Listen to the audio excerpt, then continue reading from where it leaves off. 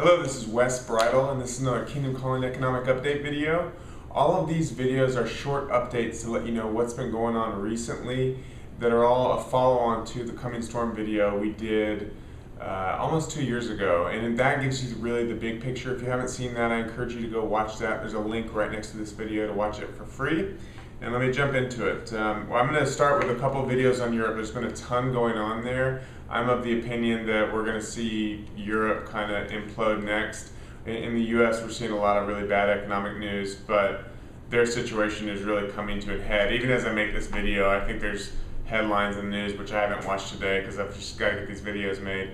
But I think, everything's rosy now, they're saying. Well, we keep hearing this. There's no way everything's rosy because their situation is, there's really no way out. And so I'm going to kind of explain that in more detail over the next few videos. So let me jump into it. Despite a European bailout, bank stocks were still crashing.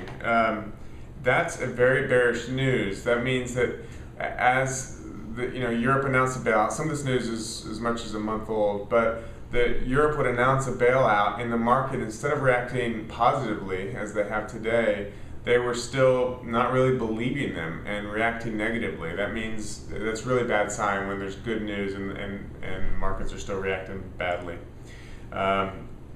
Italian banks have 5.4 trillion euro in loans coming due over the next 5 years. That's 45% of the size of the Europe's economy. It's just a massive amount of money and bailouts needed that aren't really, who can come up with that? RBS, which is a Scottish bank, estimates Europe needs 850 billion to bail out the countries. Others think 2 trillion. The European Central Bank doesn't have anything close to this. So it's impossible. Right now they're buying the PIGS bonds to kind of get down the road a little bit, but they don't have anywhere close to that amount of money to bail them out. The proposed EFSF, the new bailout mechanism that they're trying to get through all the different parliaments of Europe, even that, the one that they're going to get voted on, is not near big enough to do the real size of the bailouts that are needed. France passed it here a couple days ago, but it's a question whether Germany and some of these other countries are going to pass this one. My guess would be this first one will probably pass. But I doubt there's going to be any more. More is going to be needed, but I don't think these more conservative governments are going to agree to continue these bailouts. Slovakia is only going to even bring this to Parliament in December. That might not even be soon enough for what Europe needs. When the ECB started buying sovereign bonds 16 months ago, it was supposed to be a one-time thing to prevent contagion. And that's what the politicians sold the people. Well, it's clearly not. Now they're pushing through another one, and it's clear to the market, anyone who really has a brain and analyzes the situation, even this one's not going to be enough. And the people are just getting fed up.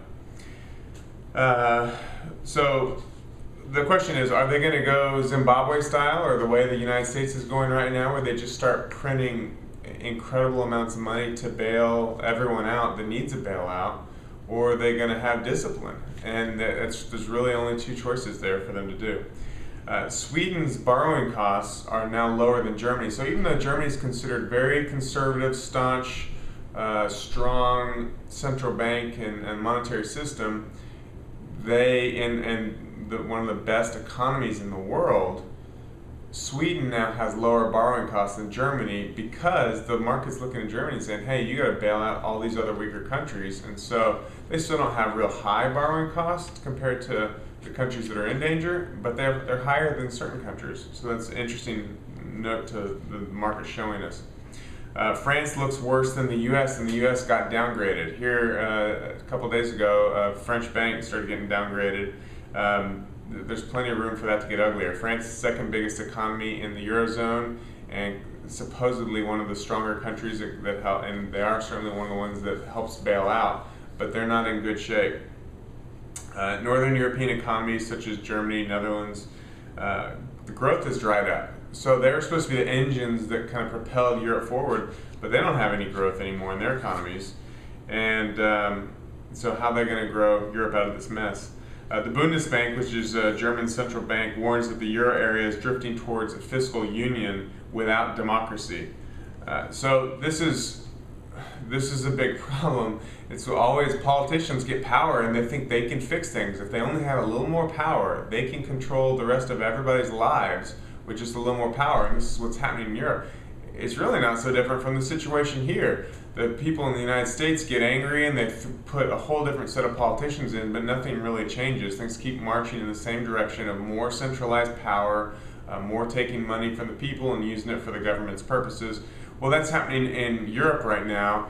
That's already been happening perhaps in individual countries, but the Euro government is now making huge financial decisions for the European people without any democratic authority to do so. And so the Bundesbank's, putting out this warning that, hey, this is what's happening. They're making more and more financial decisions. No one's elected these people. They shouldn't have this power, but that's what's happening. It's really against the treaties that established the Eurozone, but that's the direction that it's going. And really, if the Euro area is to stay together and not fall apart, that's the direction it has to go, because it's foolish what they set up. To have monetary union without a fiscal union is ridiculous. They can't all be stuck on the same currency with the same rules as far as how strong the currency is, how much currency is printed, while they're each making totally separate fiscal decisions. They're each borrowing and spending in different ways according to the different cultures. In the past, Italy, Germany, countries like that, they would spend too much money and then their currency would just devalue to compensate for it. Well, now that's not happening because they're all part of one monetary union. So the reality is a fiscal union is the only way that the Euro can stay together, but the people of Europe aren't for that. And so it's a dictatorship, if that happens, of the few. Greece situation must change soon. They're almost completely out of cash. Greece is in trouble. They're at a point now where the market absolutely assumes they're about to default. The situation is coming to a head. Again, as I make this video today, I think there's something in the news that it's going to be fixed, but there's really no long-term fix. Italy and Greece can't stick to their agreed-upon austerity packages, so it's a huge problem. Greece and Italy have been loaned money by Europe under the conditions that they stop spending all the money they were spending, really cut back. Well, they took the money, the bailout money, and they kind of agreed to it, but then they realized politically their people are going to get really upset, and it certainly does hurt growth, and so they're backing out of those deals, and so they've got a problem. There's going to be a couple more of these Europe videos. Again, if you haven't watched The Coming Storm, there's a link to do so for free. Really, the time is now for these things. We sent a video out, or a newsletter out 5-6 weeks ago, and just warned about the time is now for this coming storm that we've been talking about. The day after we sent that out, the market started crashing as I made the first of that last set of videos. So that's really important. Also, if you're watching this on the website, because I'm going to make so many videos today, it might behoove you to go check them out on YouTube if you want to see them quicker, because I'll put them up on YouTube once a day, and they go onto the website a little slower than that. Thanks for watching. God bless you.